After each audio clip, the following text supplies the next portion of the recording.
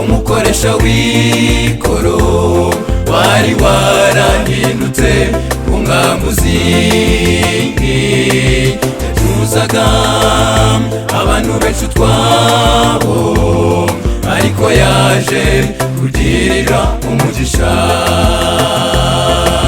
yifuje kubonana na Yesu yagize igitekerezo cyo kwihana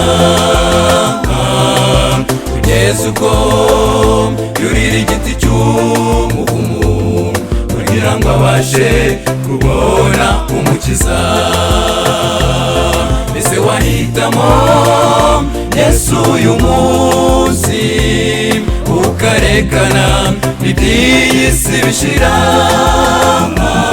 nawe ntuhitemo Yesu uyu munsi uzibanire nawe ibudapfa. Mbese wahitamo Yesu uyu munsi ukarekana iby'iyi si bishira, nawe ntuhitemo Yesu uyu munsi uzibanire nawe ibudapfa.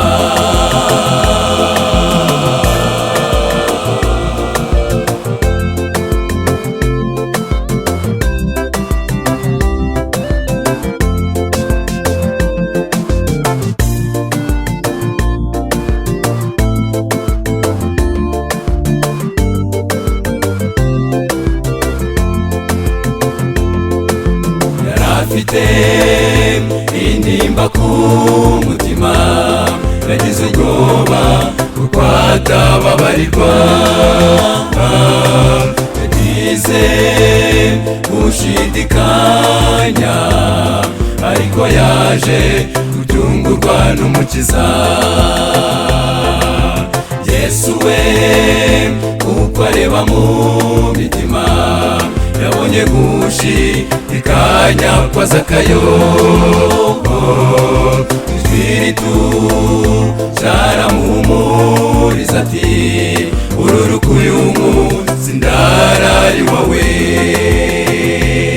Mbese wahitamo Yesu uyu munsi ukarekana iby'iyi si bishira, nawe ntuhitemo Yesu uyu munsi uzibanire nawe ibudapfa. Mbese wahitamo Yesu uyu munsi ukarekana iby'iyi si bishira, nawe ntuhitemo Yesu uyu munsi uzibanire nawe ibudapfa.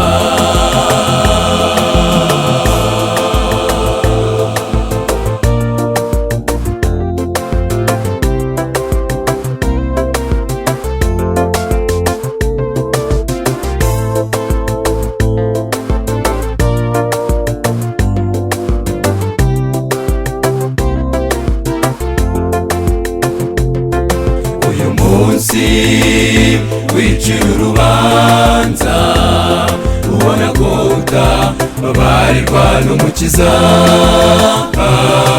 Satana kwereka intege nke zawe akakubwira ko utababarirwa, ariko ari inkuru nziza uwo Yesu yapfiriye nawe urimo. Wowe gusa tera intambwe umusanga, izisigaye araziguterera. Mbese wahitamo Yesu uyu munsi ukarekana iby'iyi si bishira, nawe ntuhitemo Yesu uyu munsi uzibanire nawe ibudapfa.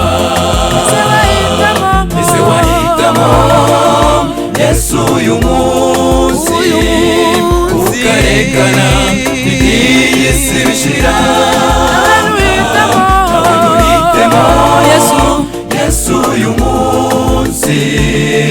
uzibanire nawe ibudapfa. ese wahitamo Yesu uyu munsi ukarekana iby'iyi si bishira, nawe ntuhitemo Yesu uyu munsi uzibanire nawe ibudapfa.